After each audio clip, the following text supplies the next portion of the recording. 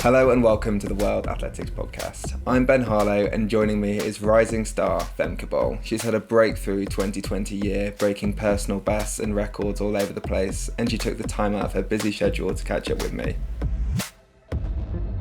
So I just wanted to start off with 2020 has been, I think, a wild year for everybody. How would you summarise it for yourself? Because you've had a different year to most. Yeah, it's been weird. It's been like I changed coach also at the start of end 2019, start 2020. And I just had a nice indoor season for flat and I was really excited to do the hurdles. But then Corona came in between. So we had around 7 or 8 weeks that we had no access to the track or something. And then we started to go back on the track when we could from the Dutch government. And we started to do hurdles again and test competitions because we couldn't do real competitions. And all of a sudden I noticed that I improved a lot, even though Corona had happened and everything. And yeah, I ran crazy PBs and now I can run real competitions again. So yeah, it's been crazy. What prompted your decision to change coaches? Because 2019 was a pretty good year for you. You really broke out onto the international circuit. Why did you decide to change coaches? Yeah, it was a really good year and I decided to change coaches because now my former coach is the assistant coach of Laurent. So I would still be in contact with him. And that way I could also go to Papendal, that's the Dutch sports center in the Netherlands. And it's, in my opinion, the best place to become a real professional and good athlete with all the circumstances are good. And I can live close to there in a home with more sport people. And yeah, the group was also really nice. I mean, Lea Sprunger is training there and a lot of my 4x4 teammates. So that kind of was what made me make the decision. Yeah, I was going to ask you about training with Lea. Obviously, she's a really accomplished athlete herself. She's won the European title. She did really well in Doha. What's it like training with someone like that? Yeah, it's really nice to train with her because, of course, she inspires all of us. But she's also really down to earth and really normal. And she also really wants to help us if once I had a really tough training and I would just text her and she really likes to help me too with all these things.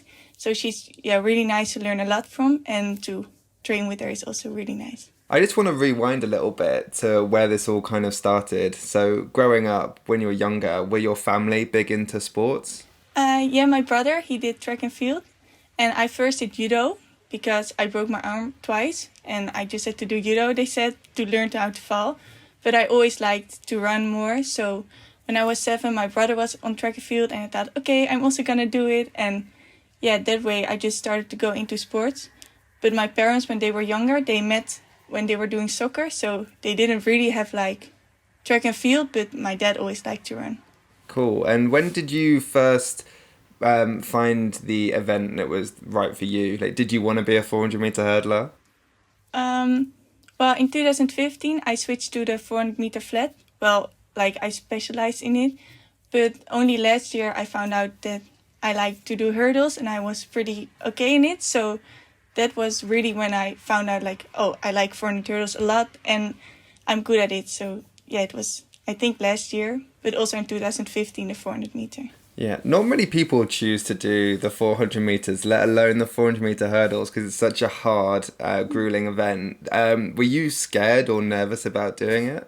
Yeah, well, I really like the real lactic sessions. And I don't know why, but I just like these kind of sessions.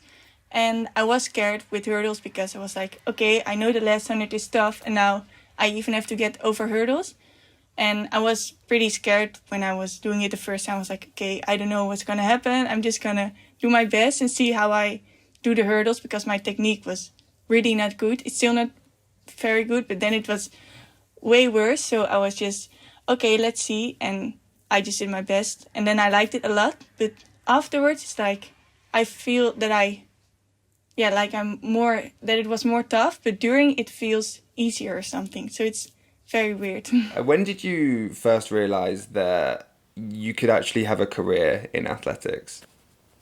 Oh, I think last year when I qualified for the World Championships, I was like, okay, I can really go to major championships with this and maybe I'm pretty young, so I can become better. So I think at that point I really realized like, okay, I can maybe really make it more professional.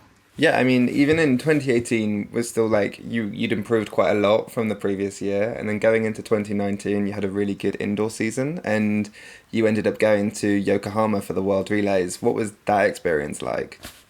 Yeah, it was crazy. I could first go to Florida in a training camp with the Dutch Federation. So that was already new for me because I'd never flew like out of Europe. And then I think we had 3 or 4 days back in the Netherlands, and then we went to Yokohama immediately. And it was for me also my first time 4x4, and it was the World Relay. So it was crazy that all those things happened all of a sudden, but I really enjoyed it a lot. And yeah, we did pretty well. So it was a really nice experience. Were you nervous competing in your first like senior international? Yeah, I was pretty nervous. I remember that I said to one of the coaches like, yeah, but I'm also the last leg, so it kind of feels like if you do bad, it feels like it's your fault a bit. So I was like, oh yeah, I'm pretty nervous. And then he just said to me like, just enjoy the moment that you come into the stadium and just go when you get the stick and run as fast as you can. And that helped a lot. And what was it like being in Japan, obviously with the Olympics around the corner, kind of getting that experience? How did you find that? Yeah, it's a really different country. Like you go in there and yeah, the language is completely different. You can't read anything and you feel kind of a bit lost, I felt. But it was really nice to already go to the place that we will also go when we go to Tokyo, like Shiba, for the pre-camp. And yeah, to experience how the people are, because the people are really nice who live in Japan. And you really see that the sport is big there. So that was really nice to see. And it's good that you already know a bit what you can expect of it. Yeah, that's really good. And then obviously in 2019, you kind of went from strength to strength. So you started with the hurdles and you had success pretty quickly. You won the European Junior title. Did you expect that to happen at all in 2019? No, not at all. I'd hoped in 2017 I went to also the European under-20s, and I hoped from then on, like, I hope in 2 years I can be on a podium, but I thought on the 400 meter flat. So at first it was also my plan to do the 400 flat at the European under-20s, but then I ran the World Championship standard and I knew I had a whole season after it, and I liked hurdles a lot and I focused on hurdles more. So then I was all of a sudden there as a favorite, and it was, I would have never expected it, but it was a really nice experience. Good. And what did it feel like that was your first individual kind of gold medal in an international competition. What did that mean to you? Yeah, it was, of course, it's always hard. Like I went to hurdles, and the year before my flat didn't go really well. So, but I really wanted to do a medal sometime in an international stage, of course. So when I got it, I was so happy. Also because there was a lot of pressure on me a bit. Like, okay, you have to win, or people expected me to win pretty easily. But it was really nice, and I enjoyed it a lot. And my whole family was there and friends, so it was really nice. Good. And then going forward throughout the year, you started competing a little bit more on the international circuit, and that kind of went into Doha for your first World Championships. What was that like in terms of the scale of the competition? Yeah, it was weird because at first I thought at the beginning of the season, like, okay, after European under-20s, I'm done. But then soon I realized I had 4x4, and then I got also the hurdles, and then I was like, okay, I'm gonna have to stay a bit longer. But yeah, I really liked that you could really run against the best of the world to see where you at, and yeah, it really gave me like a lot of motivation to become better and to be better on the next World Championships. And what was it like? Obviously, you went in the final, but what was it like watching that race unfold? Because it was a world record race with Lelisa Mohammed, and Sydney McLaughlin was close behind. What was it like seeing that? Yeah, it was crazy. And Leia also became fourth there. And yeah, just to watch them do that, like run so fast, and then both of them the first two, it was really a crazy race. And yeah, it really inspires you and motivates you, like, whoa, there's so much possible in this distance still, and they can do so good. So yeah, it's really nice to see that. Do you does like Delilah, for example, does she inspire you in the 400 meter hurdles? Yeah, a lot. Also, her hurdle technique is so nice and so smooth, and the way she runs, and she's been there for a long time, and yeah, I really like to see her run. Good, good. I mean, have you raced her before? No, yeah, in Doha in the semifinals I raced against her, but that was it. Okay, cool. Well, hopefully 2021 could be a good opportunity. So going forward, obviously you had a strong show. You got a PB in Doha, and you were really building momentum going into towards 2020.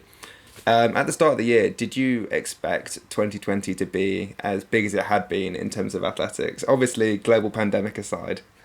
No, not at all. I remember that I talked with my coach, like, what do we want to achieve this year? And it was really just to be more consistent and maybe a PB, but mostly to become more consistent on the level I was, because last year I could run 55.9 and then the next competition again 57. So really just get more experience and get more consistent in the hurdles. And to run 53, I think if I would have said that we would have left and be like, no, that's not gonna happen this year. Yeah, I mean, was it a big surprise when because you had a pretty strong indoor season, you set a personal best there as well, but I think your times outdoors really were the most shocking. Were you surprised I think you ran 54 something as your opening race. What was that like? Yeah, that was crazy. I remember like first we did some 300 flats and 300 hurdles and also a 400 flat, and I realized I was pretty good at them, but you never know, it's different at 300 or 400 because you have 100 meter more of lactic. So I knew I was good, but then I ran the 54 and a half, and I knew that my last 100 was not very good because I made some mistakes, and I was really like, oh well, it's almost a second faster than in Doha. And I remember when I ran in Doha, my PB, it really felt like the perfect race and I couldn't go much faster. So yeah, it was crazy. Obviously, you then continued to go from strength to strength. You then ran your sub 54, you ran 53. What was running 53 seconds like for you? Yeah, it was really nice. I had in front of me, I had Jackie, and she's a really fast starter, which I knew. And I worked a lot on being faster between the first couple of hurdles because, yeah, that is still my weak spot. So I really tried to chase her that first part, and then, yeah, the second part in the bend, I got to her, and I felt that it was still easy, my 15 stride, because I always do 50 till hurdle 8. And I knew that in the 54 race, I made a mistake because I wanted to push more and do one more 15. And that cost me a lot of energy. So I knew always out of hurdle 8, I have to rhythm a lot to do 16. So I just did that, like I talked to with my coach, like how to do it. And then when I had the last hurdle, I heard them scream so hard and loud. So I was like, okay, I think I'm doing well. So I kept on running as fast as I could. And then I set time 53 and I was like, huh, whoa, is this really happening? It was a bit weird, but yeah, it was really nice. So does that mean that you have learned to hurdle off both legs as well? Yeah, I'm trying to learn, but I only have to do one hurdle if I do my race plan good with my bad leg. So I just try to improve the technique on both a lot because on both they can still improve a lot. Okay. So that time it really did well, it sent shockwaves around the world. Nobody had ran that fast this year. It was a world lead. And especially because you're so young, it kind of came from nowhere. And all of a sudden, everybody wanted you to be in their competition and be in their races. What's it been like with the reception to your performance? Oh, that was really nice. It's like when you do something like that, it means a lot to yourself. But it's nice if you get like from other people also to hear like, wow, it's really good what you do. And I like to bit like but now I can run it myself. So it felt like it was easier or less special because you do it yourself. But when I got all these reactions and they were really positive and nice, that really helped me a lot and was really nice. Obviously now you are competing internationally on the global circuit with the best athletes in the world. What's it been like just being on the circuit this year with everybody? Yeah, it's been really nice. Of course, it gave some pressure this year also because in Hungary and now also in Stockholm, I could race against the best of Europe. And yeah, I really want to prove myself like I can still run fast and also with some pressure. So that was, of course, a bit hard like to handle it, but I think it went pretty okay. And it's just really nice to be able to even in this weird Corona year, to be able to run against each other and compete against each other and just, yeah. Good. Have you made any particular friends on the circuit so far?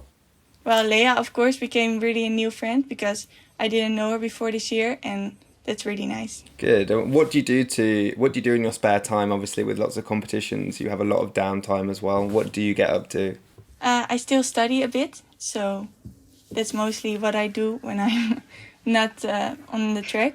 So 2020 has been a really wild year for you. Do you have any more expectations for the rest of the year, or any plans or anything you want to do?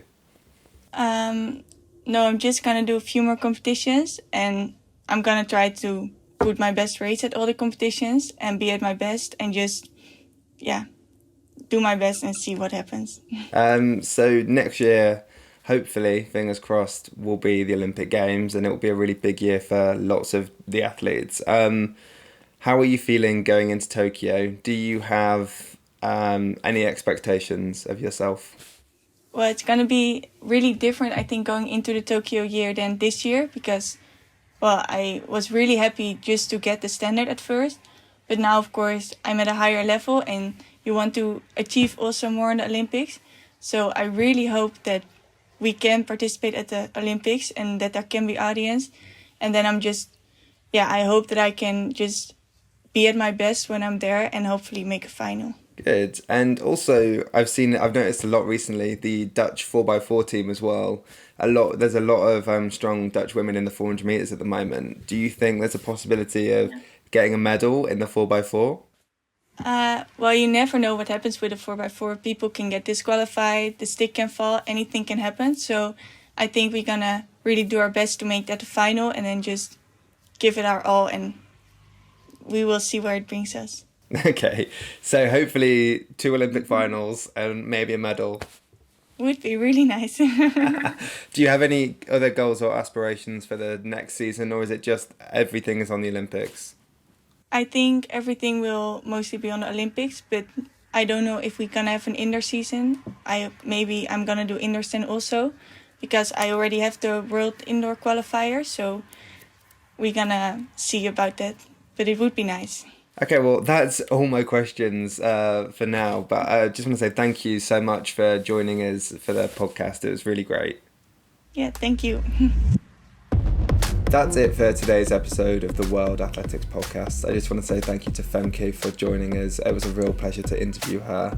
If you can't get enough of athletics and you want more, you can follow us on all social media platforms at World Athletics, and there's many more podcasts for you to listen to on Apple Podcasts, Spotify, or your podcast provider as well. Thank you.